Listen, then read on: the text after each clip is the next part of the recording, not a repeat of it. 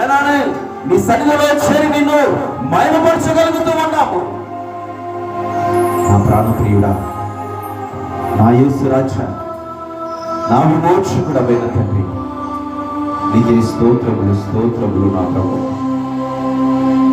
స్తుతి పాత్రుడా, ప్రేమ స్వరూపమైన దేవా, నీకే స్తోత్రాలు. నాయన నువ్వెంతైనా నమ్మదగిన సహాయకుడని మరొక వారు మాకు సమయాన్ని ఇచ్చిన వాడవని, మరొక వారు నీ సన్నిధానంలో కూడుకొని నిన్ను ఆరాధిస్తూ నిన్ను స్తుతిస్తూ నాయన సంగీత నాదములతో స్తుతి కీర్తనలు పాడుచు నాయన నిన్ను వాక్యములు పొందుకుని కృపణించాము తండ్రి. ఎంత గొప్ప వాక్యము నీదయ్యా, ఎంత గొప్ప ధన్యత మాకు కల్పించాము తండ్రి. రక్షకుడైన దేవా, స్వామి విమోచకుడైన తండ్రి, నీకే వందనాలు వందనాలు వందనాలు స్తోత్రాలు. నా ప్రభువా, నీకే స్తోత్రములు చెల్లించుకుంటూ ఈ దిన నీ సన్నిధిలో ఈ ప్రియా మాకు ఇచ్చిన గొప్ప వాక్యమును బట్టి నీకు మహిమ చెల్లిస్తూ ఉంటున్నాను. మాకు ఇచ్చిన గొప్ప ధన్యతను బట్టి నీకు స్తోత్రములు. నాయన యేసయ్యా, నిత్యము నిన్ను స్తుతించిన నీ రుణాన్ని మేము తీర్చలేము, నీ రుణాన్ని మేము తీర్చుకోలేము. యేసయ్యా, నీకు స్తోత్రములు స్తోత్రములు స్తోత్రములు. నీ కృపచాట మమ్మల్ని మరుగు చేసి నీ నామానికి మహిమ తెచ్చుకోమని స్తుతి ఘనత మహిమ ప్రభావములు నీకే ఆరోపించుకుంటూ ఈ దిన ఉపవాస కూడికను ప్రార్థనతోనూ ప్రారంభిస్తూ ఆయన పాటల ద్వారా నేను స్తుతించే వాక్యాన్ని ఇచ్చావు.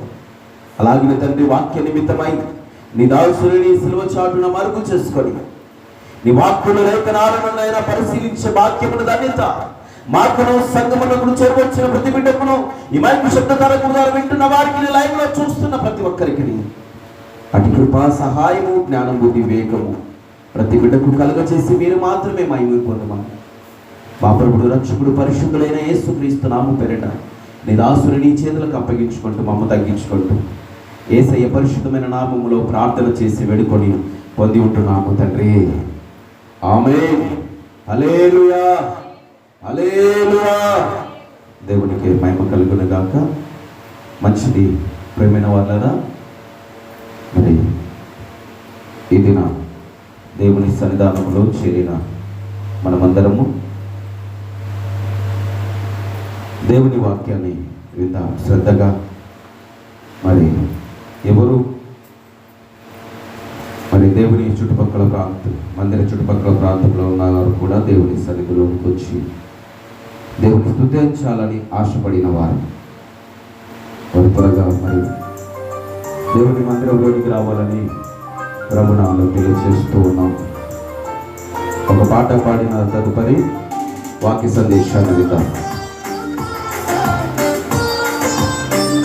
స్తోత్రం.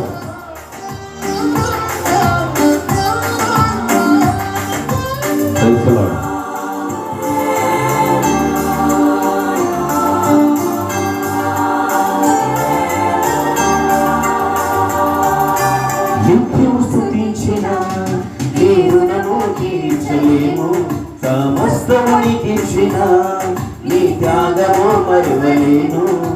నిత్యము స్తుతించిన నీ రుణము తీర్చలేము, సమస్తము నీకిచ్చిన నీ త్యాగము మరువలేను. రాజా రాజా రాజా రాజాది రాజువు నీవు, దేవా దేవా దేవా దేవాది దేవుడవు. రాజా రాజా రాజా రాజాది రాజువు నీవు, దేవా దేవా దేవా దేవాది దేవుడవు. నిత్యము స్తుతించిన నీ రుణము తీర్చలేము, సమస్తము నీకిచ్చిన నీ త్యాగము మరువలేను. దేవునికి స్తోత్రం కలుగును గాక.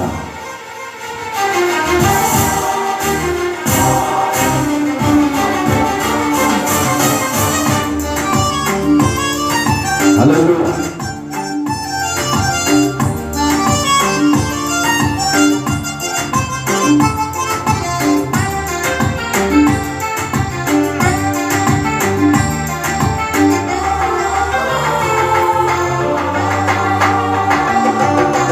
అద్వితీయ ఆద్యంతములయున్నవాడా అద్వితీయ దేవుడా ఆద్యంతములయున్నవాడా అంగలార్పును నాట్యముగా మార్చివేసిన తీర్చలేను సమస్తము నీకిచ్చిన నీ త్యాగము మరువలేను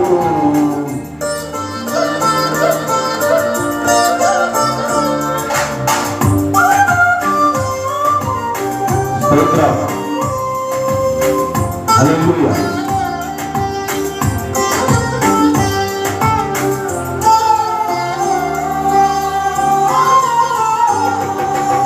జీవమైన దేవుడా జీవమిచ్చిన నాదుడా జీవమైన దేవుడా జీవమిచ్చిన నాదుడా జీవజలముల బుక్కకు నన్ను నడిపిన కాపరి జీవజలముల బుక్కకు నన్ను నడిపిన కాపరి రాజా రాజా రాజా రాజాది రాజువు నీవు దేవాది దేవుడవు రాజా రాజా రాజా దేవా దేవా దేవా దేవాది దేవుడవు నిత్యము స్తుతించిన నీ రుణము తీర్చలేను సమస్తము నీకిచ్చిన నీ త్యాగము మరువలేను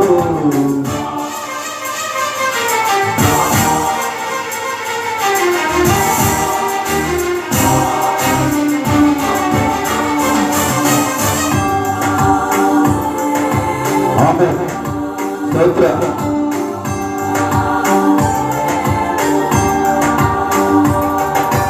మార్పులేని దేవుడా మాకు సరిపోయిన వాడా మార్పులేని దేవుడా మాకు సరిపోయిన వాడా మాటతోనే సృష్టినంతా కలుగజేసిన పూజుడా మాటతోనే సృష్టినంతా కలుగజేసిన పూజుడా రాజా రాజా రాజా రాజాది రాజువు నీవు దేవా దేవా దేవా దేవాది దేవుడవు రాజా రాజా రాజా రాజాది రాజువు నీవు దేవా దేవా దేవా దేవాది దేవుడవు నిత్యము స్తుతించిన నీ రుణము తీర్చలేను సమస్తము నీకిచ్చిన నీ త్యాగము మరువలేను దేవునికి స్తోత్రం హల్లెలూయా మంచిది ప్రియమైన వాళ్ళరా మరి దేవుని వాక్యాన్ని విందాం దేవుడు మనకు బయలుపరిచిన మరి కృపలు బట్టి దేవునికి మహిమ ఘనత ప్రభావము చెల్లునుగాక హల్లెలూయా దేవుని నామానికి స్తుతి కలుగునుగాక మంచిది ప్రియమైన దేవుని సంగమా మరి చేరువ వచ్చిన మీ అందరికీ కూడా ప్రభు అయిన యేసుక్రీస్తు నామములో శుభములు తెలియజేస్తూ మరి వందనాలు తెలియజేస్తూ ఉన్నాను అందరికి వందనాలు దేవుడు మీ అందరిని దీవించునుగాక ఆశీర్వదించునుగాక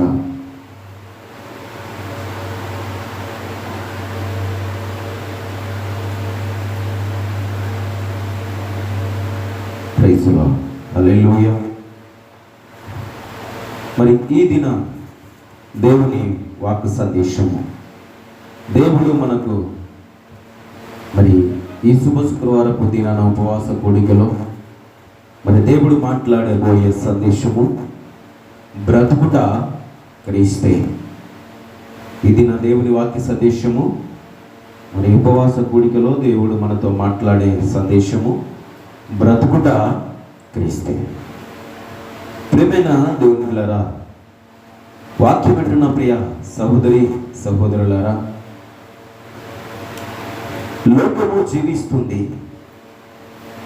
ఈ లోకంలో జీవించే ప్రతి మనిషి బ్రతుకు భారమై బ్రతకలేక మరి బ్రతుకుతూ కొట్టుమిట్టులాడుచూ ఉన్నాడు ఈ లోకములో.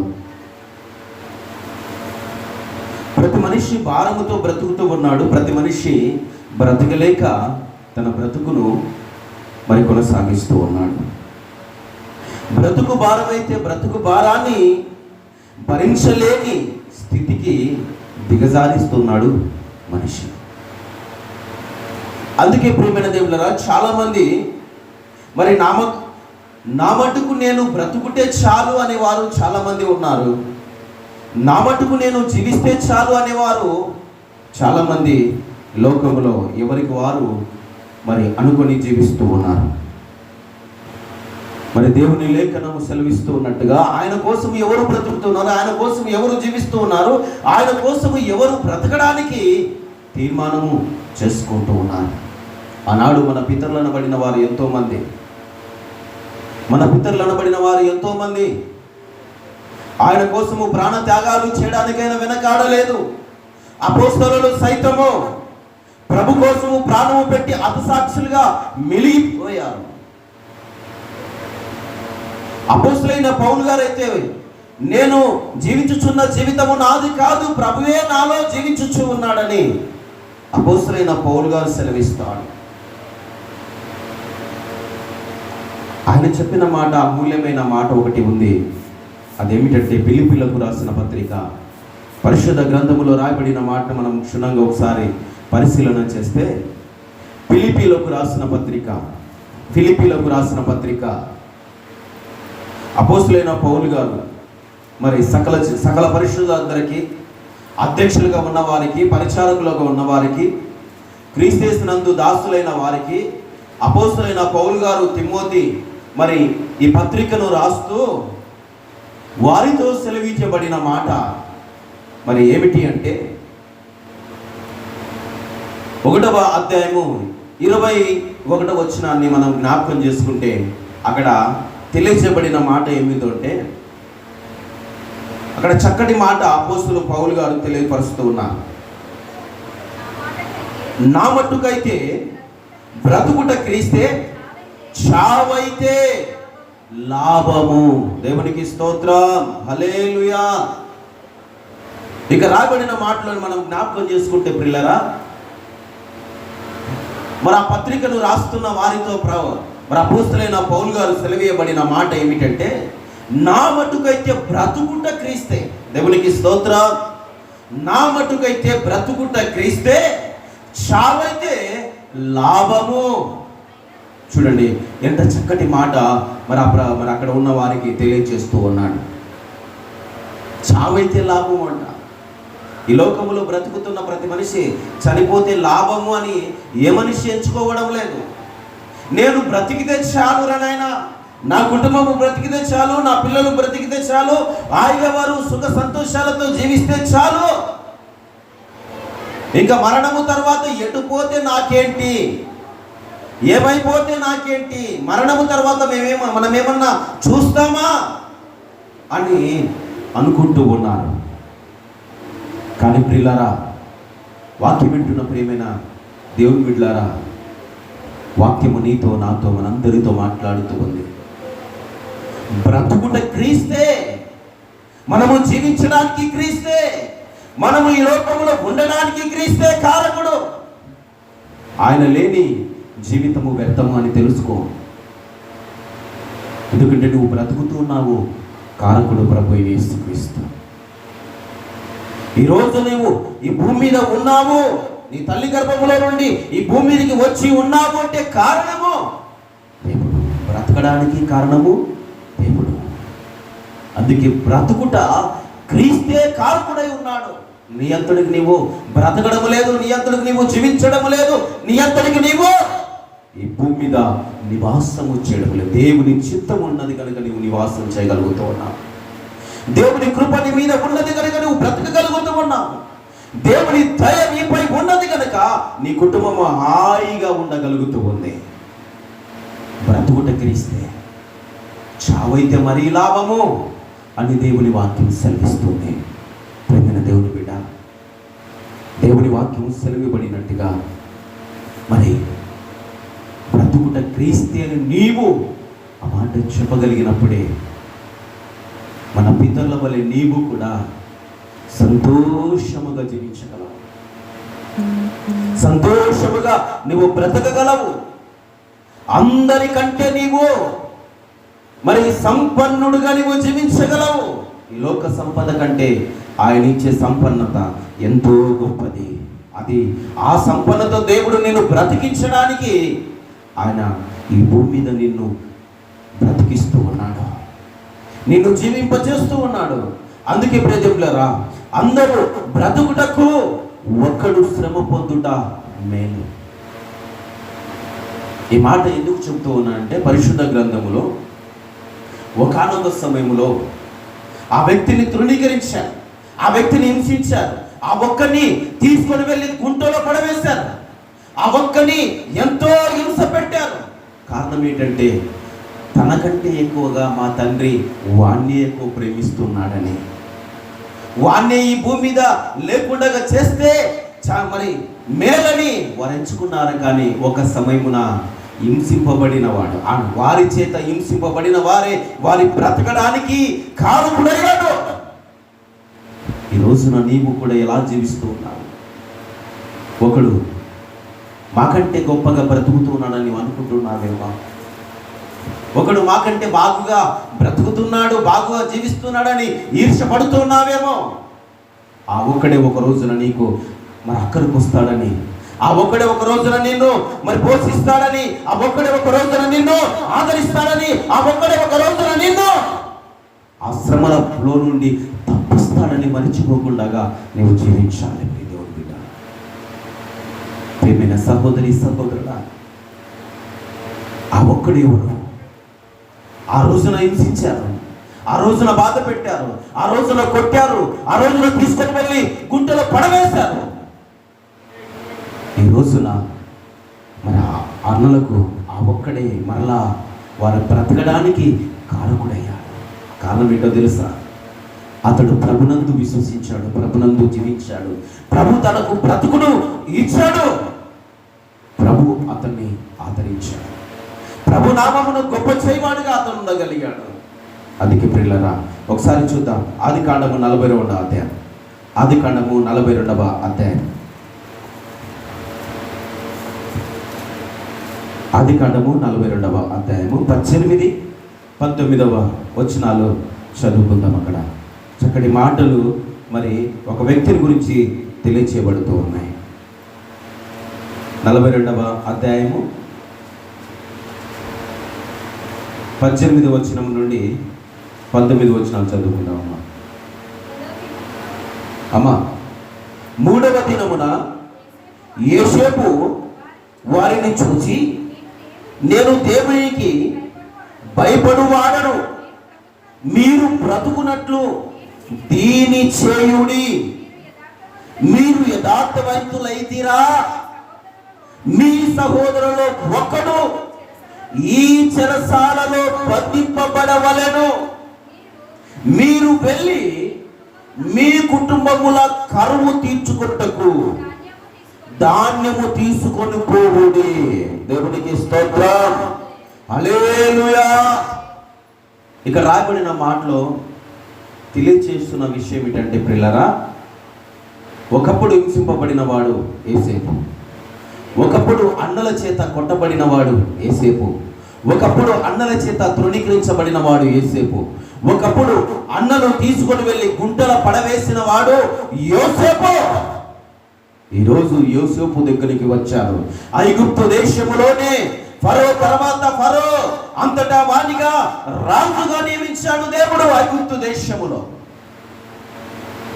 ఐగుప్తు దేశములో మరి ధాన్యము సమస్తము బాగుగా సమకూర్చిన వాడు యోసేపు. రాజుకు కలభావము తెలిపిన వాడు యోసేపు. 7 సంవత్సరాలు సమృద్ధిగా పంట పడుతుంది, 7 సంవత్సరాలు ఆ పంట పండదు అని కలభావాన్ని తెలిపినవాడు యోసేపు. మరి 7 సంవత్సరాలు పంట సమృద్ధిగా పండినప్పుడు ఆ పంట అంతటిని తీసుకొని వచ్చి ఒక గోడౌన్లో భద్రపరిచాడు యోసేపు. ఆ 7 సంవత్సరాలు పండిన పంటను తీసుకొని వచ్చి భద్రపరిచాడు యోసేపు. ఆ తర్వాత మరో 7 సంవత్సరాలు కరువు కాలము వచ్చేసింది. ఇశ్రాయేళ్లకు ధాన్యము లేదు, వారు కరువుతో ఉన్నారు. 7 సంవత్సరాలు కరువు వచ్చేసింది.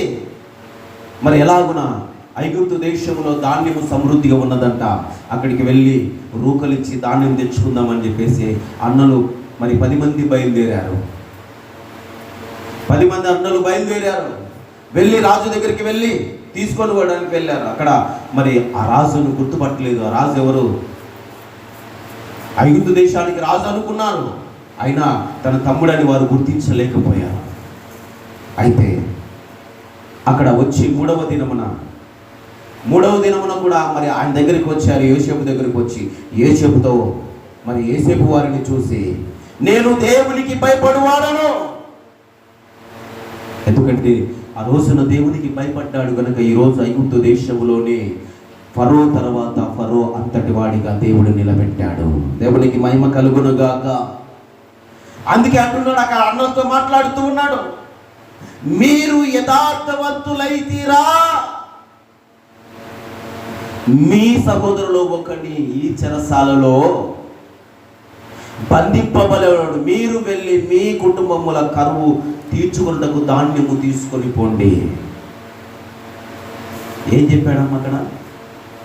ఒకరిని బంధించమంటూ ఉన్నాడు, ఒకరిని బంధించమేమంటూ ఉన్నాడు. ఆ ఒకడు బంధించడానికి, మరి ఆ ఒకడు బంధింపబడితేనే వారికి కరువు తీర్చుకోవడానికి వారికి ధాన్యము ఇస్తానని సెలవిచ్చాడు యోసేపు. మరి ఎవరు? మరి అక్కడ రాయబడిన మాటలని మనము చూస్తే 19-20 వచనంలో చదవడం ఒకసారి. 20 నుంచి,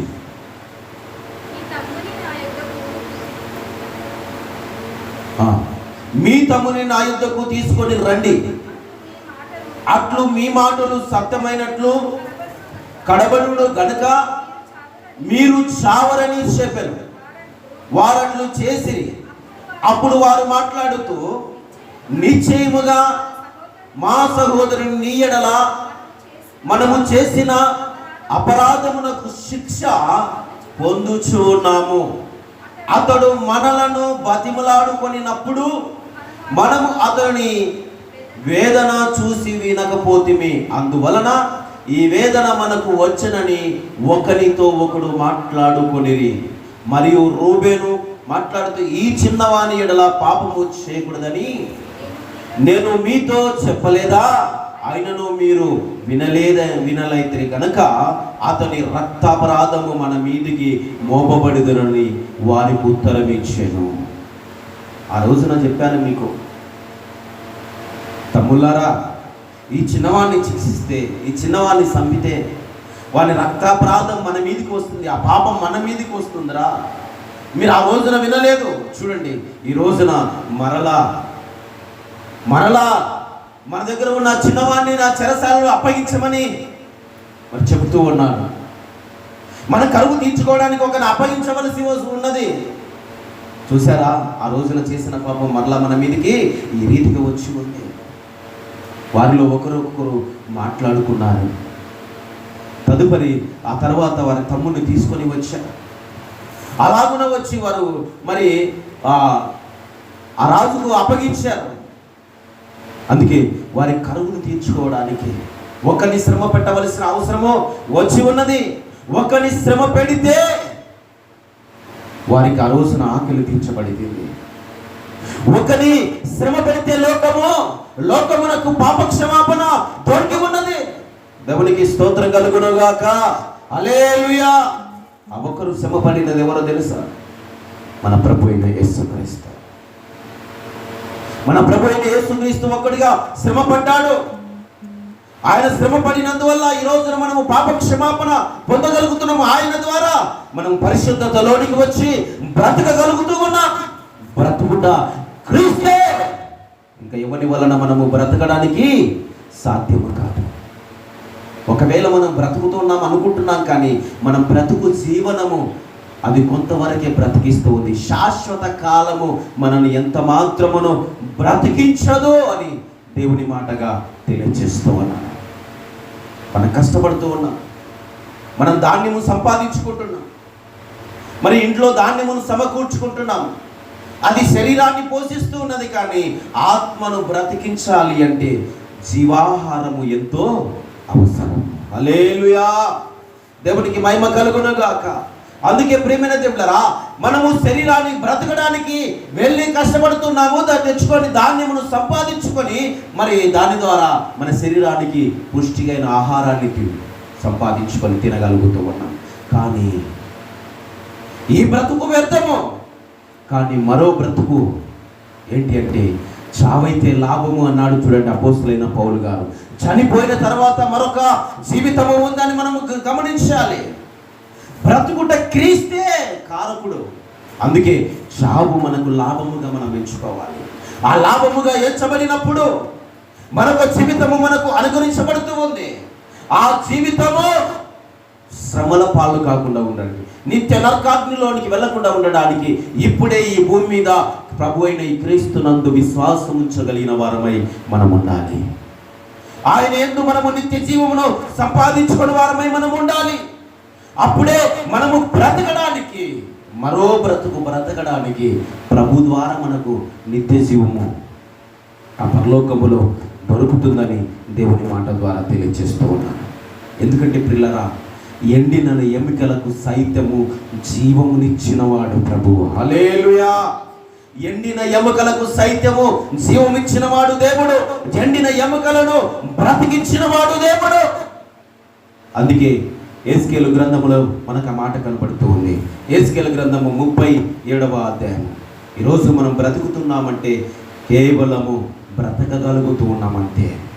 కానీ ఆ రోజున ప్రేమైన దేవులరా, ఎండిన ఎముకలను ఆయన బ్రతికించినాడని దేవుని లేఖనము సెలవిస్తుంది. యేస్కేలు ప్రవక్త ద్వారా మరి మాట్లాడాడు దేవుడు. ఒకసారి చూడండి, యేస్కేలు గ్రంథము 37వ అధ్యాయము 5-6 వచనాలు. 37వ అధ్యాయము 5-6 వచనాలు. మరి యేస్కేలుతో నరపుత్రుడా అని అక్కడ మాట్లాడుతూ ఉన్నాడు. 5వ వచనం 37:5-6 వచనాలు. అక్కడ రాయబడిన మాటని మనం జ్ఞాపకం చేసుకుందాం. అమ్మా చదవండి.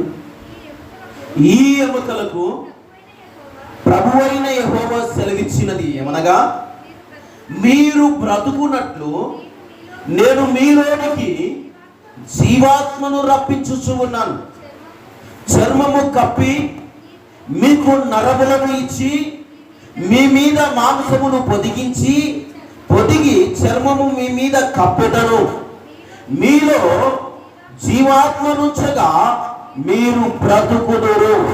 అప్పుడు నేను యెహోవానై ఉన్నానని మీరు తెలుసుకుందురు. దేవునికి స్తోత్రం కలుగునుగాక. హల్లెలూయా, హల్లెలూయా. ఏం చేశాడంటమ్మా దేవుడు? ఏం చేశాడమ్మా? ఎండిన ఎముకలకు మొదటి వచనము చదివితే మనకు క్లియర్గా అర్థమవుతుంది. అక్కడ యెహోవా హస్తము నా మీదికి వచ్చెను. ఇక్కడ యేస్కేలుతో మాట్లాడుతూ ఉన్న మాట ఇది. యేస్కేలుకి మరి దేవుని దర్శనములో మాట్లాడుతూ ఉన్నాడు. అందుకే ఆయన అంటున్నాడు, యేస్కేలు యెహోవా హస్తము నా మీదికి వచ్చెను, నేను ఆత్మవర్షుడనై ఉండగా యెహోవా నన్ను తోడుకొని పోయి ఎముకలతో నిండిన యొక్క లోయలోనికి నన్ను దింపేను. ఎక్కడికి దింపాడమ్మా? ఎముకలతో కూడిన ఒక లోయ. లోయ అంటే ఎట్లా ఉంటుంది తెలుసా? చిమ్మ చీకటి కలిగిన లోయ, ఎముకలతో నిండి ఉన్నదంట ఆ లోయ. అంటే ఆ లోయలో ఎంతో మంది మరణించారు. ఆ ఎముకల్లో మరి నడిచి వెళుతూ ఉంటే స్థలము లేదు. అందుకే యేస్కేలు ప్రవక్త ద్వారా దేవుడు మాట్లాడిన మాట ఏమిటంటే, మీలో జీవము ఉంచగా మీరు బ్రతుకుదురు. ఎవరితో సెలవిచ్చాడు ఈ మాట? బ్రతికి ఉన్న మనుషులతో చెప్పలేదు. అక్కడ నిర్జీవముగా మరి పడి ఉన్న ఎముకలతో చెప్పాడు. ఎముకలకి చర్మము లేదు, రక్తము లేదు, మాంసము లేదు. అక్కడ ఒట్టి ఎముకలు పడి ఉన్నాయి. ఎముకలు ఒక కుప్పగా ఆ లోయలో పడి ఉన్నాయి. ఆ ఎముకలతో దేవుడు సెలవిచ్చాడండి. దేవునికి స్తోత్రం, హల్లెలూయా. అందుకే అని అంటాడు, మీలో జీవాత్మను ఉంచగా మీరు బ్రతుకుదురు, అప్పుడు నేను యెహోవానై ఉన్నానని తెలుసుకొందురు అంటాడు. 7వ వచనం చదవండి అమ్మా, తెలుస్తుంది. 7వ వచనం చదవండి ఒకసారి. ఆయన నాకు ఇచ్చిన ఆజ్ఞ ప్రకారము నేను ప్రవచించుచుండగా గడగడమని ఒకటి పుట్టెను. అప్పుడు ఎముకలు ఒకదానితో ఒకటి కలుసుకొనెను. నేను చూచుచూ ఉండగా నరములు మాంసములను వాటి మీదికి వచ్చెను. వాటిపైన చర్మము కప్పబడెను. అయితే వాటిలో జీవాత్మ ఎంత మాత్రము లేకపోయేను. ఏం చేశాడు? ప్రవచిస్తూ ఉన్నాడు. ఎవరు? దేవుడు ఎవరిని లోయలోనికి తీసుకుని వెళ్ళాడు? ఏస్కేల్ తీసుకొని వెళ్ళాడు. ఏస్కేల్ని అక్కడ తీసుకెళ్ళిన దర్శనములో దేవుడు మాట్లాడుతూ ఉన్నాడు. అక్కడ మాట్లాడుతూ ఆయన ఆ ఎముకలలోకి తీసుకొని వెళ్ళి చూసినప్పుడు అన్ని ఎముకలు నిండి ఉన్నాయి. ఆయన ప్రవచిస్తూ ఉన్నాడు. దేవుడు చెప్పాడు ప్రవచించమని. ఆ సెలవీయబడిన మాట ప్రకారంగా ఆ ఎండిన ఎముకలు శబ్దం ఎలా వచ్చాయంటే గడగడ గడగడ గడగడమని శబ్దం వచ్చాయంట. ఆ శబ్దం ఎలా ఉంటుంది తెలుసా? ఒక పెద్ద గోడ కుప్పగూలింది అనుకోండి, ఎలా ఉంటుందమ్మా శబ్దము? ఒక ఎత్తైన గోడ కింద కూలిపోయి పడిందంటే ఎట్లా ఉంటుంది శబ్దము? అస్సలుగా ఆ శబ్దాన్ని విని భయపడిపోతారు. అంతగా ఆ ఎముకలు అంతకంటే వేల రెట్లుగా శబ్దం చేస్తూ మరి ఒకటికొకటి ఎక్కడ పడి ఉన్నదో తెలుసు. ఈ చెయ్యి వెముక, ఈ మోచెయ్యి వెముక, ఈ భుజము వెముక ఎక్కడ ఉందో తెలియదు.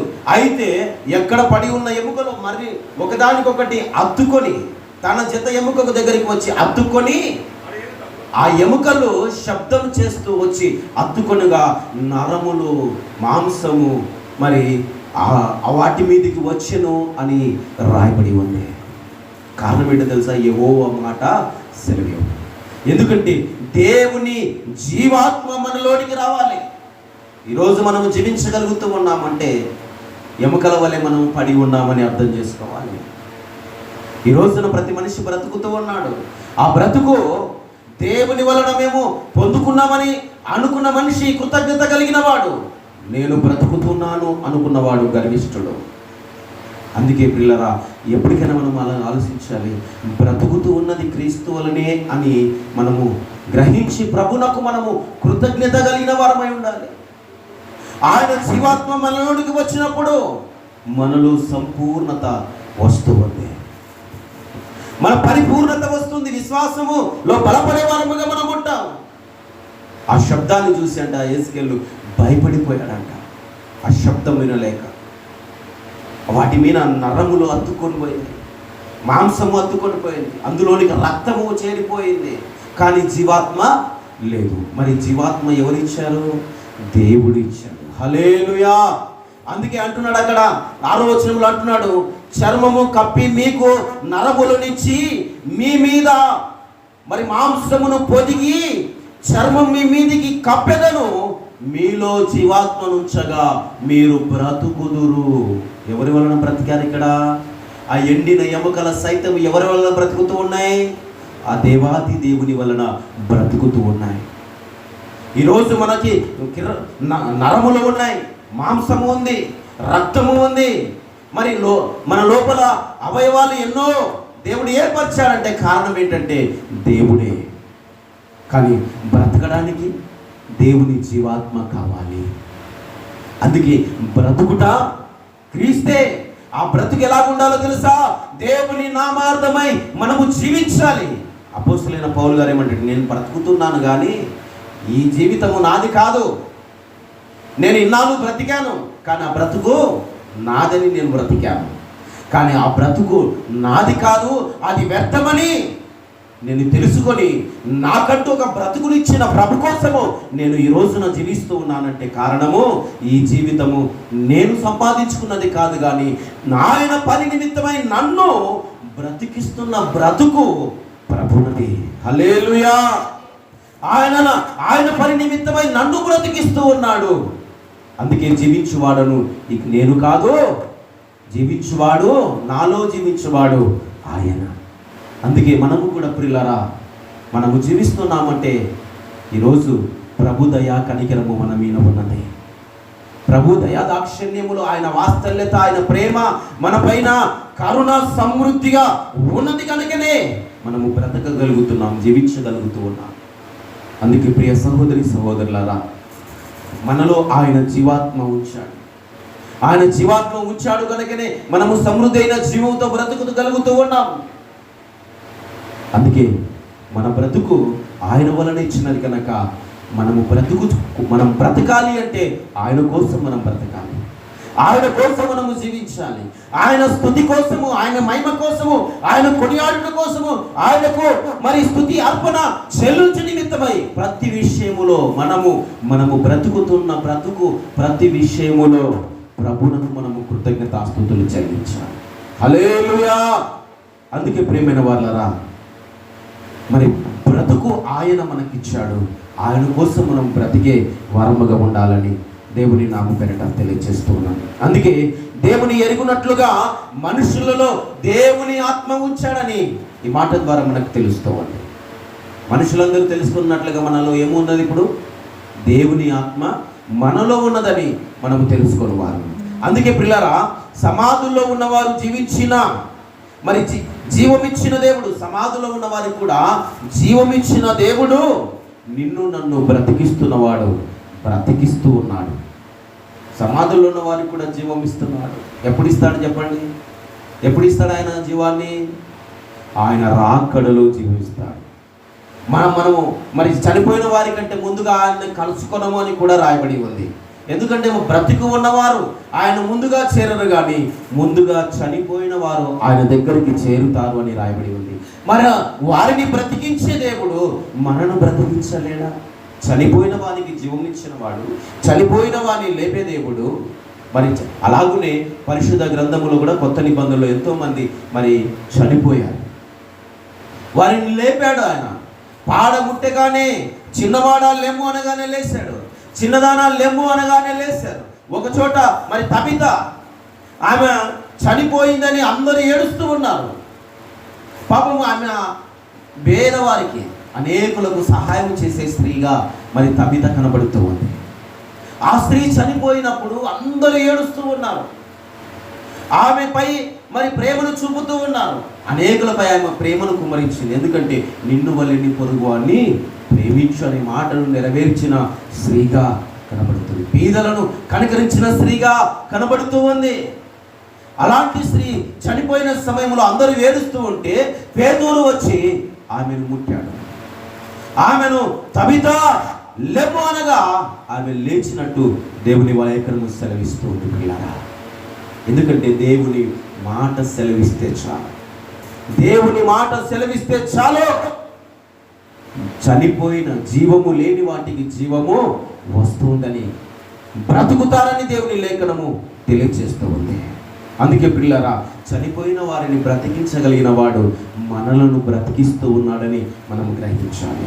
యేసుకేలు గ్రంథము అదే 37వ అధ్యాయం, యేసుకేలు గ్రంథము 37వ అధ్యాయములో 13-14 వచనాలు చదువుకుందాం. 13-14 వచనములో అక్కడ ప్రజలతో మాట్లాడుతూ ఉన్నాడు.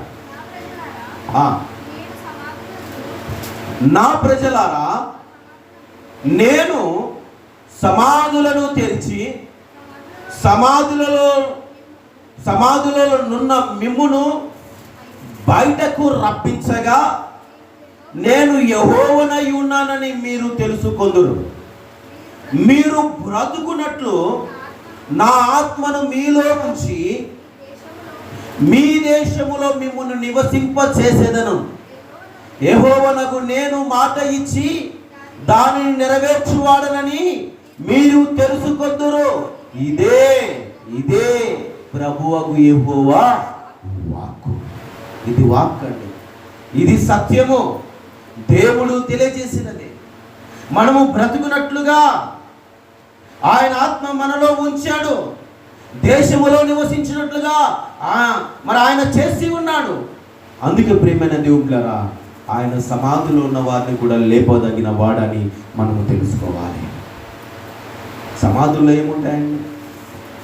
ఒట్టి ఎముకలతో కూడిన పంజరము ఆ పెట్టెలో ఉంటుంది. పెట్టెలో పెట్టి పూర్తి చేస్తాం కదా, ఆ పెట్టెలో ఎముకలతో కూడిన పంజరము అందులో ఉంటుంది. దేవుడు యేసుకేలుతో ఏం చెప్పాడు? ఈ ఎముకలను నరములను, మాంసాలను, కీళ్లను మరి ఆయన మరి అమర్చగలిగిన వాడు, కప్పి మరి ఆయన జీవాత్మను ఉంచదగిన వాడని దేవుని వాక్యం సెలవిస్తుంది. మహిమ దేహముతో లేపే దేవుడు ఆయన, బ్రతికించువాడు. హల్లెలూయా. అందుకే ప్రియమైన దేవులారా, మనలో జీవాత్మ ఉంచిన వాడు, మనలో ఆత్మ ఉంచిన వాని కోసము మనము బ్రతకాలని దేవుని వాక్యం సెలవిస్తుంది. అందుకే బ్రతుకుట క్రీస్తే. ఎలాగైనా బ్రతుకుతూ ఉన్నాడు ఈ లోకముల మనిషి, కానీ బ్రతికే బ్రతుకు క్రీస్తు కోసమై ఉండాలని దేవుని మాట ద్వారా తెలియజేస్తున్నాను. ఎందుకంటే దేవుని అనేకులు తెలుసుకున్నట్లుగా మనలో దేవుని ఆత్మ ఉంచాడు. కానీ చాలామంది గ్రహించలేని స్థితిలో వారి మరి మనోనేత్రములకు ఇహ సంబంధమైన దేవత గుడ్డితనము కలగజేసినట్లుగా దేవుని లేఖనాలు తెలియపరుస్తూ ఉన్నాయి. కాబట్టి ప్రియమైన దేవుని బిడ్డలారా, వాక్యం అంటున్న ప్రియ సహోదరి సహోదరులారా, అపోస్తలుడైన పౌలు గారు చెప్పినట్టుగా బ్రతుకుట క్రీస్తే, నా మటుకైతే బ్రతుకుట క్రీస్తే, చావైతే మరీ లాభం అంటున్నాడు. ఇక్కడ అంటున్నాడు చావైతే మరీ లాభము. ఈ లోకములో బ్రతకడానికి ఆరాటపడుతున్నాడు, కానీ చనిపోతే మరొక జీవితం ఉందని మనిషి తెలుసుకోలేని స్థితిలోనికి వెళ్ళిపోతూ ఉన్నాడు. హల్లెలూయా. కాబట్టి ప్రియమైన వాళ్ళారా, ప్రియమైన దేవుని బిడ్డలారా, దేవుని వాక్య సందేశము నిన్ను నన్ను బలపరుస్తూ ఉంది. ఈరోజు ప్రతి ఒక్కరు తెలుసుకోవాలి, ప్రతి ఒక్కరు గ్రహించాలి, ప్రతి ఒక్కరు దేవుని సత్యాన్ని ఎరిగిన వారమై ఉండాలి. ఈరోజు మనం బ్రతికిన బ్రతుకు ప్రభు వలన పొందుకున్నామని తెలుసుకోవాలి. ఎప్పుడైతే అలాగున తెలుసుకుంటామో దేవునికి కృతజ్ఞత కలిగిన బ్రతుకును మనము బ్రతికి జీవిస్తాము. కృతజ్ఞత లేని వారు, అతిథేంద్రులు, వీరంతా ఎలాగంటే గర్వంతో బ్రతుకుతూ ఉన్నారు. దేవుడేమైనా మమ్మల్ని బ్రతికిస్తూ ఉన్నాడా? దేవుడే బ్రతికిస్తున్నాడు. ఒక్క క్షణమున ఒక గదిలోనికి వెళ్ళి తలుపులు వేసుకొని కూర్చో, ఎలాగుంటుంది? ఒక 5 నిమిషాలు లైట్లు ఆర్పేసి, ఫ్యాన్లు ఆర్పేసి, ఆ గదిలో లోపల ఉన్న ఈ ఇంటిలో లోపల ఉన్న గదిలోనికి వెళ్ళి తలుపులు వేసుకొని గాలి రాకుండా కూర్చో, ఎలా ఉంటుంది? అప్పుడు తెలుస్తుంది ఎవరు బ్రతికిస్తున్నారు. నీ అంతటికి నీవు బ్రతుకుతున్నావా, దేవుడు బ్రతికిస్తూ ఉన్నాడా అని అప్పుడు తెలుస్తుంది ప్రియులారా. ఎందుకంటే మనిషి బ్రతుకుతే అలమటించిపోతాడు, దేవుడు బ్రతికిస్తే సమాధానముతో బ్రతుకుతాడు. హల్లెలూయా. మనిషి బ్రతికే బ్రతుకు అలమటించే బ్రతుకుతాడు, శ్రమలతో కూడిన బ్రతుకుతాడు, హింసలతో కూడిన బ్రతుకుతాడు. కానీ దేవుడు బ్రతికిస్తే, దేవుని కోసమే బ్రతికితే నీలో ఏమీ ఉండకుండగా, నీలో సంతోషము, సమాధానము, ఆనందము రెట్టింపు చేసి నిన్ను మరి దేవుడు అధిక జీవితాన్ని నీకు కలగజేస్తాడని దేవుని మాటల ద్వారా తెలియజేస్తున్నాడు. ఎందుకంటే పిల్లరా, ఆయన ఆత్మను మనుషులలో ఉంచాడు కనుక దేవుడు అని మనము తెలుసుకోగలుగుతూ ఉన్నాం. ఎందుకంటే మీరు బ్రతుకున్నట్లు ఆయన మీలో ఆయన ఆత్మను ఉంచాడు. మనందరిలో, నీలో, నాలో, వాక్యం వింటున్న వారు ప్రతి ఒక్కరిలో, ఈ లోకంలో జీవిస్తున్న ప్రతి మనిషిలో దేవుని ఆత్మ మనలో ఉంచాడు అని మనం గ్రహించాలి. హల్లెలూయా. కాబట్టి ప్రియమైన వాళ్ళరా, ప్రియ సహోదరి సహోదరుడా, నిత్య జీవం పొందుకొని బ్రతకాలి అంటే కీడు చేయకుండా బ్రతకాలి. మనము నిత్య జీవం పొందుకొని బ్రతకాలంటే కీడు చేయకుండా మనము బ్రతికే వారమై ఉండాలని తెలియజేస్తూ ఉన్నాను. ఎందుకంటే నిత్య జీవము మరి నిత్యము బ్రతకాలంటే కీడు మనిషికి కీడు ఎంత మాత్రమునూ చేయకూడదు. బ్రతకాలి. ఈ భూమి మీద బ్రతికే ప్రతి మనిషి బ్రతుకు తన జీవితాన్ని గడపాలి. అయితే పక్కవాడిని హింసించే బ్రతకడము వ్యర్థము, అది బ్రతుకు కాదు అని కూడా తెలియజేస్తూ ఉన్నాను. ఎందుకంటే పిల్లరా, ఆమోసు గ్రంథము 5వ అధ్యాయము 14-15వ వచనాన్ని మనం జ్ఞాపకం చేసుకుంటే, 14 ఆమోసు గ్రంథము 5వ అధ్యాయము 14-15వ వచనం అక్కడ రాయబడిన మాట, మీరు బ్రతుకున్నట్లు కీడు విడిచి మేలు వెతకండి. గమనించండి, మరలా చదువుతాను. మీరు బ్రతుకున్నట్లు కీడు విడిచి మేలు వెతకండి. అలాగూ చేసిన ఎడల మీరనుకొను చొప్పున దేవుడును సైన్యములకు అధిపతియగు యెహోవా మీకు తోడుగా నుండును. కీడును ద్వేషించి మేలును ప్రేమించుచు గుమ్మములలో న్యాయము స్థిరపరచుడి. ఒకవేళ దేవుడు సైన్యములకు అధిపతియగు యెహోవా యోసేపు సంతతిలో సహించిన వారందరి యందు కనికరించును. హల్లెలూయా. కనికరించదగిన దేవుడండి, కనికరము చూపదగిన వాడు. అందుకే మనము బ్రతకాలి అంటే పక్కోనికి హింస మనము చేసేవారముగా ఉండకూడదు. జీవహింస పాపము అని లోకం చెప్తుంది కదా. జీవహింస లోకము, మరి లోకం చెప్తుంది జీవహింస పాపము అంటుంది. అయితే జీవించే ప్రాణిని ఏ మనిషి హింస పెట్టకుండా బ్రతకాలి. దేవుని లేఖనమును అదే చెబుతూ ఉంది. ఈ లేఖను బట్టే లోకములో మనుషులు మాట్లాడుతున్నాడు. జీవహింస పాపము, పాపము చేయకూడదు, కీడు చేయకూడదు, ప్రతి మనిషికి కీడు ఎంత మాత్రమును చేయకూడదు అని ఈ లేఖను ఆధారం చేసుకొని మాట్లాడుతూ ఉంది లోకము. అందుకే ప్రియులారా, మీరు బ్రతకాలి అంటే కీడు చేయకూడదు, మేలు చేయడానికి వెతకాలి అంట. వెతుకుతారా? ఎవరైనా మేలు చేయడానికి వెతుకుతారా? ఎవరైనా చిన్న మాట అన్నా, ఎవరైనా చిన్న ఒక దెబ్బ వేసినా 2 దెబ్బలు వేయడానికి ప్రయత్నం చేస్తాడు. చిన్న మాట అన్నా ఆ మాటకు రెట్టింపు మాటలు మాట్లాడడానికి ప్రయత్నం చేస్తాడు. కానీ అన్నాడు కదా అంటే అనలే అని చెప్పేసి వదిలేసేవారు ఎవరు లేరు. సరే కొట్టాడులే, కొడితే కొట్టనులే ఏమవుతుంది అనేవారు లేరు. ఎందుకంటే వాడు అన్నంత మాత్రాన నీకేమీ తక్కువేం కాదు, వాడు కొట్టినంత మాత్రాన నీకేమీ ఆ దెబ్బ శాశ్వత కాలము ఉండదు. తను తాను తగ్గించుకున్నవాడు ఏమవుతాడంటమ్మా? హెచ్చింపబడతాడు. మన వాళ్ళు ఏం చేస్తారు తెలుసా? ఎలా కొట్టాడు నన్ను వాడు అని చెప్పేసి వాడి చేయితో కొడితే పెద్ద కర్ర తెచ్చుకుంటాడు. వాడి చేయితో అలా ఒక దెబ్బ వేస్తే వీడు పెద్ద కర్ర తెచ్చుకొని 4 దెబ్బలు బాధికేస్తాడు. ధనా 4 దెబ్బలు బాధేసరికి వాడు ఊరుకుంటాడా? వాడి పక్కోడి స్నేహితులకు ఫోన్ చేస్తాడు. వాడు పక్కోడి స్నేహితులు ఎంతమంది వస్తారు? 10 మంది వస్తారు. వీడు ఒక్కడవుతాడు. వీడేం చేస్తాడు? అరే అని చెప్పి వాడు ఒక 10 మందికి ఫోన్ చేస్తాడు. ఏమవుతుంది ఇక్కడ? కీడుకు ప్రతి కీడు రెట్టింపు అవుతుంది. దేవునికి స్తోత్రం, హల్లెలూయా.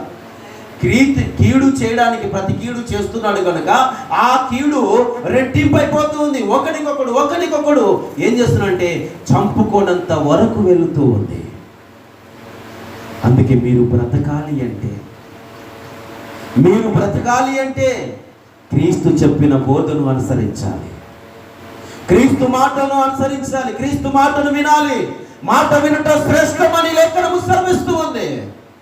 ప్రేమైన దేవుని బిడ్డ, దేవుని మాట వింటే బ్రతుకుతావు, మనుషుల మాట వింటే చస్తావు. ఇప్పుడు ఏం చేశాడు? మనిషి మాట విన్నాడు కనుక పక్కోడు 10 మందిని వేసుకొని వచ్చాడు. ఆ 10 మందిని వేసుకొని వచ్చి ఒక్కరిని చంపడానికి, ఒక్కరిని కొట్టడానికి వస్తే ఈ పక్కోడు 20 మందిని తెప్పించాడు. ఇప్పుడు ఏమైపోయింది? రెట్టింపు అయిపోయింది. అందుకే పిల్లరా, కీడు చిన్నది, వాడు ఒక మాట అన్నాడని ఏదో ఒక దెబ్బ వేశాడని చెప్పేసి సర్దుకుపోతే అయిపోతుంది. కీడు ఎంత మాత్రం ఉన్నాడు, మేలు చేయ వెతకాలి. ఇప్పుడు ఏం చేస్తున్నారు తెలుసా? మన వాళ్ళు ఈ లోకములో కీడును వెతుకుతూ ఉన్నారు. వానికి ఇంకా హాని ఎలా చేయాలని వెతుకుతున్నారు, కానీ మేలు చేయాలని అనుకోవడం లేదు మనిషి. అందుకే మనిషి బ్రతుకుతూ ఉన్నాడు, కానీ ఈ లోకములో శ్రమలతో బ్రతుకుతున్నాడు, హింసలతో బ్రతుకుతున్నాడు, అవమానంతో బ్రతుకుతూ ఉన్నాడు. ఈ లోకములో బ్రతుకుతున్న ప్రతి మనిషి శ్రమలతో కూడిన తన జీవితాన్ని గడుపుతూ ఉన్నాడని తెలియజేస్తున్నాడు. అందుకే పిల్లరా, ఈ శ్రమలతో కూడిన బ్రతుకు జీవించకుండా ఉండాలి అంటే ప్రభు మాట నువ్వు అంగీకరించాలి, ప్రభు బోధనని వినాలి. ప్రభు మాటను నువ్వు విని ఆ ప్రకారంగా నడుచుకుంటే బండ మీద తన ఇల్లును కట్టుకున్న వాని వలె స్థిరముగా నిలబడతావు. ఎవడు కదిలించలేడు నేను, ఇంకా ఎవడు నేను కదిలించలేడు. బండ మీద కట్టిన ఇల్లు కదిలించబడుతుందా? గాలి వానకైనను కదిలించబడదు, వరద వచ్చినా కదిలించబడదు. అందుకే పిల్లరా, నీవు క్రీస్తులో బ్రతకాలి అంటే స్థిరముగా నీవు ఆయన యందు విశ్వాసం ఉంచాలి. స్థిరమైన విశ్వాసం ఉంచగలిగినప్పుడే నీ సంపూర్ణమైన బ్రతుకును నువ్వు బ్రతకగలుగుతావు. ప్రభు నీకు మరొక బ్రతుకును ఆయన ఇస్తాడని దేవుని లేఖనము సెలవిస్తుంది. కాబట్టి ప్రియులారా, అదే 15వ వచనం చదవడం ఒకసారి మరలా. అదే ఆమోసు గ్రంథము 5వ అధ్యాయము 15వ వచనాన్ని మరలా మనం చదువుకుందాం. కీడును ద్వేషించి మేలును ప్రేమించుచు గుమ్మములలో న్యాయము స్థిరపరచుడి. ఇక్కడ అంటున్నాడు, ఏమంటున్నాడు? కీడును ద్వేషించాలి. కీడుకు ప్రతి కీడు ఎంత మాత్రమునో చేయకూడదు. ద్వేషించాలంట కీడుని ద్వేషించినప్పుడు ఏమొస్తుందంట? మేలును ప్రేమించే మనసు వస్తుంది. మేలు చేయడానికి ఆతృత పడాలి. అందుకే కీడును ద్వేషించి మేలును ప్రేమించుచు గుమ్మములలో న్యాయము స్థిరపరచండి. గుమ్మములలో, ఏ గుమ్మములవి? ఊరి వెలుపల ఉన్న గుమ్మములు కావచ్చు, ఊరు మధ్యలో ఉన్న గుమ్మములు కావచ్చు, రచ్చబండలు కావచ్చు, ఇంకేదైనా కావచ్చు. లేదంటే దేవుని గుమ్మము. హల్లెలూయా. మనము న్యాయమును స్థిరపరచువారముగా ఉండాలని దేవుని లేఖనము సెలవిస్తుంది. అలాగునని చేస్తే ఒకవేళ దేవుడును సైన్యములకు అధిపతియగు యెహోవా యోసేపు సంతతిలో శేషించిన వారందరి యందు ఆయన కనికరించును అని రాయబడి ఉంది. యోసేపు సంతతిలో ఉన్న వారందరూ, శేషించిన వారందరినీ ఆయన కనికరించును అని రాయబడి ఉంది. అందుకే పిల్లరా, దేవుని కనికరము పొందాలి అంటే కీడు చేయకూడదు. ఆ కీడును ద్వేషించాలి, మేలును వెతకాలి, మేలును ప్రేమించాలి. ఎప్పుడైతే మేలును ద్వేషిస్తావో, మేలును ప్రేమిస్తావో, దేవుని మాట విన్న ప్రకారంగా నీవు జీవించగలుగుతావు. దేవుని మాట ప్రకారంగా నువ్వు జీవించగలిగినప్పుడు ఆ జీవితము ప్రభు కోసము సమర్పణ కలిగి నువ్వు జీవిస్తావు. అప్పుడు చెబుతావు నువ్వు, అపోస్తలుడైన పౌలు గారు చెప్పినట్టుగా, నేను జీవించుచున్న జీవితము నాది కాదు, నాలో జీవించుచున్నాడు ప్రభువే. నాలో ఈ జీవితము ప్రభుదే అని నీవు చెప్పగలవని దేవుని మాట ద్వారా తెలియజేస్తున్నాను. కాబట్టి ప్రియమైన దేవుళ్ళారా, మనము నిత్య జీవం పొందుకొనుటకు బ్రతకాలి అంటే కీడును మానివేయాలి. అలాగే దేవుడు ఎరుగునట్లు మనలో దేవుని ఆత్మ ఉంచాడు కనుక మనము దేవుని కోసము బ్రతికే వారమై ఉండాలి.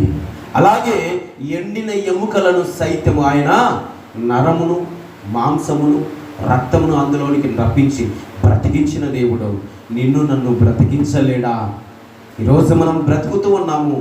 ఈరోజు దేవుని ఆత్మ ఉన్నది, మనం బ్రతుకుతున్నాం. కాబట్టి ఈ బ్రతుకు మరి పరిపూర్ణము కావాలి అంటే, సంపూర్ణము కావాలి అంటే, ఆయన నిత్య రాజ్యములో వారసత్వము మనం పొందుకొని సంపాదించుకోవాలంటే, నిత్య జీవమును పొందుకొని నిత్యత్వములోనికి, సర్వసత్యములోనికి మనం వచ్చిన వారమై ఉండాలి. ఆ పరలోకములో స్థానమును, ఆయన ఇంటిలో స్వాస్థ్యములో భాగము సంపాదించుకున్న వారమై ఉండాలి అంటే, ఈ భూమి మీద మనం బ్రతుకుతున్న బ్రతుకు మనది కాదు, మనము బ్రతికిస్తున్న ప్రభునదే అని మనము తెలుసుకునే వారమై బ్రతకాలని తెలియజేస్తూ ఉన్నాను. ఎందుకంటే అపోస్తలుడైన పౌలు గారు అలాంటి బ్రతుకును బ్రతికాడు కనుకే, నేను బ్రతుకుట నా మటుకైతే బ్రతుకుట క్రీస్తే, చావైతే మరీ లాభమని ఆయన సెలవిచ్చారు. అందుకే పిల్లారా, ఆయన ఒక మాట, నేను క్రీస్తు పోలి నడుచుకుంటున్నాను కనుక మీరు నన్ను పోలి నడుచుకోండి. మరి కొరింథీ పత్రికలో ఈ మాట మనకు కనబడుతూ ఉంది. కాబట్టి ప్రియమైన వాళ్ళారా, మనము బ్రతికే బ్రతుకు మనది కాదు, ప్రభు కోసమే మనము బ్రతకాలని ప్రభు మాటగా ఈ దిన దేవుని వాక్య సందేశము బ్రతుకుట క్రీస్తే అనే మాట దేవుడు మాట్లాడినందుకు దేవుని నామానికి మహిమ కలుగునుగాక. హల్లెలూయా. కాబట్టి మనం జీవిస్తున్న జీవితం మనది కాదు, మనం బ్రతుకుతున్న బ్రతుకు మనది కాదు. మన కోసము ప్రాణం పెట్టిన ప్రభు కోసం మనం బ్రతికి చూపించినప్పుడే ఆ బ్రతుకు క్రీస్తుదని మనము గ్రహించిన వారమై ఉంటామని తెలియజేస్తూ ఈ మాటలను ముగిస్తూ ఉన్నాను. దేవుడు తన పరిశుద్ధమైన లేఖనాలను దీవించి ఆశీర్వదించునుగాక. ఆమేన్. ప్రార్థన చేసుకుందాం. అందరూ అలాగే తల వంచండి. వాక్య నిమిత్తమై ప్రార్థన చేసుకున్న తదుపరి విజ్ఞాపన ప్రార్థన ఉంటుంది. మరి విజ్ఞాపన ప్రార్థనలో మీ ప్రార్థన అవసరతలు ఏది ఉన్నా తెలియచేయాలని మనం చేస్తూ ఉన్నాం.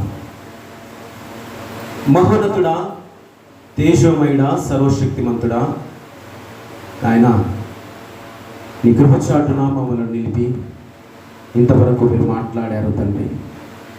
నీ కృపలో మమ్మలను దాచి నివసింపచేశారయ్యా. నీ రెక్కలలో మమ్మలను దాచి మాకు ఆశ్రయం ఇచ్చారు తండ్రి. నువ్వు నమ్మదగిన వాడవు, మేలు చేయదగిన దేవుడవు, సర్వాధికారివైన తండ్రివి. నీకు అసాధ్యమైనది ఏది లేదు. సమస్తము నీకు సాధ్యమే గనక నీ సన్నిధానములో ఇంతవరకు తండ్రి నువ్వు మాట్లాడిన ప్రతి మాట ఏ మనిషి వలన, ఏ మనిషి తెలివితేటల వలన, ఏ మనిషి జ్ఞానము వలన నాయన నీ మాట్లాడినవి కావు, నీ వలన కలిగినవి, నీ పరిశుద్ధాత్మ వలన బయలుపరచబడినవి, నీ శక్తి సామర్థ్యము వలన నీ దాసుని నీ ఆత్మ చేత నింపి నీ దాసుని పాత్రగా వాడుకొని మాట్లాడిన మాటల్ని మీరు గ్రహించాలని ప్రభు సెలవిస్తున్నాడు. ప్రేమైన దేవుని బిడ్డ, దేవానికి స్తోత్రాలు నా ప్రభు. అవునయ్యా, నువ్వు నమ్మదగిన దేవుడవు, మాకు సహాయకుడవు. ఈ దినమున నీ మాటలు విన్న ప్రతి కుటుంబాన్ని, నీ వాక్యము విన్న ప్రతి ఒక్కరిని నీ వాక్యములో నాయన బలపడాలని, ఈ బ్రతుకు నీవు ఇచ్చినదని, ఈ బ్రతుకు నీ వలన మేము పొందుకున్నామని ప్రతి బిడ్డ ఎరుగునట్లు సహాయం చేయవాడవు తండ్రి. ప్రతి బిడ్డ ఎరుగునట్లు సహాయం చేయవాడవు. విన్న వాక్యాన్ని దేవా, విన్న వాక్యం అంతటిని ప్రభువా నీ బిడ్డల హృదయంలో నాటండి, నీ బిడ్డల హృదయంలో నాటండి నాయన, నీ బిడ్డల హృదయాలు నాటండి. దేవానికి స్తోత్రం, స్తోత్రం, స్తోత్రములు నాయన. కృపా కనికరం కలిగిన దేవా, మహోన్నతులమైన తండ్రి యేసు రాజానికి స్తోత్రాలు. నీ ప్రేమ, నీ కరుణ, నీ వాత్సల్యత మాకు చూపిన వాడవు నాయన. మా పైన కృప చూపిన దేవుడవు, మా ఎడల సర్వ సమృద్ధైన ప్రేమను పంచిన వాడవు దేవా. నీకు స్తోత్రాలు, స్తోత్రాలు, స్తోత్రాలు, స్తోత్రాలు. నీ వాక్యము విన్న ప్రతి బిడ్డ, నీ వాక్యము విన్న ప్రతి బిడ్డ నాయన. అవునయ్యా, పౌలు చెప్పాడు తండ్రి, తన బ్రతుకు ఒకప్పుడు నాయన ఎలా జీవించాడో నీ లేఖనం ఆధారం చేసి ఆయన మాకు తెలియచేసి ఉన్నది. మరలా నీలోనికి వచ్చిన తర్వాత తన బ్రతుకు ఎలా జీవించాడో నీ మాట ద్వారా మేము తెలుసుకోగలిగామయ్యా. నా ప్రభువా, నా విమోచకుడా, నా ప్రాణనాథుడా, నన్ను బ్రతికిస్తున్న దేవా, ఈ బ్రతుకు నీ కోసమే. నా బ్రతికినన్ని రోజులు, నా జీవిత కాలం అంతా నేను యెహోవాను కీర్తించెదను, ఆయన నామాన్ని సన్నుతించెదను. దావీదు సెలవిస్తాడు తండ్రి. ఇదేమో నీ బిడ్డలు అలాగున మొరపెట్టుకుంటూ ఉన్నారయ్యా. విన్న వాక్యము వ్యర్థము కాకుండా ఉన్నట్లు ప్రతి బిడ్డకు నైనా జీవనాభం వారికి నిత్య జీవమును అనుగ్రహించమని ప్రార్థిస్తూ ఉన్నాం. స్తుతి కలుగునుగాక, స్తుతి కలుగునుగాక. జోసఫ్ గారు మీరు కూడా పైకి రండి. దేవానికి స్తోత్రం, స్తోత్రం, స్తోత్రం, స్తోత్రం. మహాపరిశుద్ధమైన దేవా, ప్రేమ స్వరూపమైన తండ్రి, నీకు అసాధ్యమైనది ఏది లేదు. నీ మాటల ద్వారా, నీ మాటల ద్వారా విన్న ప్రతి మాటని బిడ్డల హృదయంలో నాటండి, నాటండి, నాటండి. చిగురింప చేయండి, చేయండి, చేయండి, చేయండి నాయన. నీరు కట్టువాడు నాయన, దాన్ని ఫలింప చేయవాడము నీవు, సియోనులో స్థిరపరచువాడము నీవు. ఈ దినమున నీ సన్నిధిలో ప్రార్థించడానికి, పాటల ద్వారా నీ స్తుతించడానికి, వాక్యము ద్వారా తమ బ్రతుకులను మార్చుకొని నాయన వారు నీకు సమర్పణ కలిగిన జీవితాన్ని జీవించడానికి వచ్చిన ప్రతి కుటుంబాన్ని మేలులతో వారి హృదయములను తృప్తిపరచుమని, విన్న వాక్యము వ్యర్థము కాకుండా ఉండినట్లు ప్రతి వాక్యము మా హృదయంలో స్థిరపరిచి బలపరచుమని నీ నామమునకు మహిమ చెల్లిస్తూ బ్రతుకుట క్రీస్తే అనే ఒక నమ్మకమైన సాక్షిగా మేము జీవించుటకు సహాయం చేయమని నీ నామానికి మహిమ చెల్లిస్తూ స్తుతిస్తూ మా ప్రభుడు రక్షకుడు పరిశుద్ధుడైన యేసుక్రీస్తు శ్రేష్టమైన నామములో ఈ ప్రార్థన మీకే సమర్పించి వేడుకొని పొంది ఉంటున్నాం పరమ తండ్రి. ఆమేన్. హల్లెలూయా. మంచిది ప్రియులారా, మరి మీ ప్రార్థన అవసరం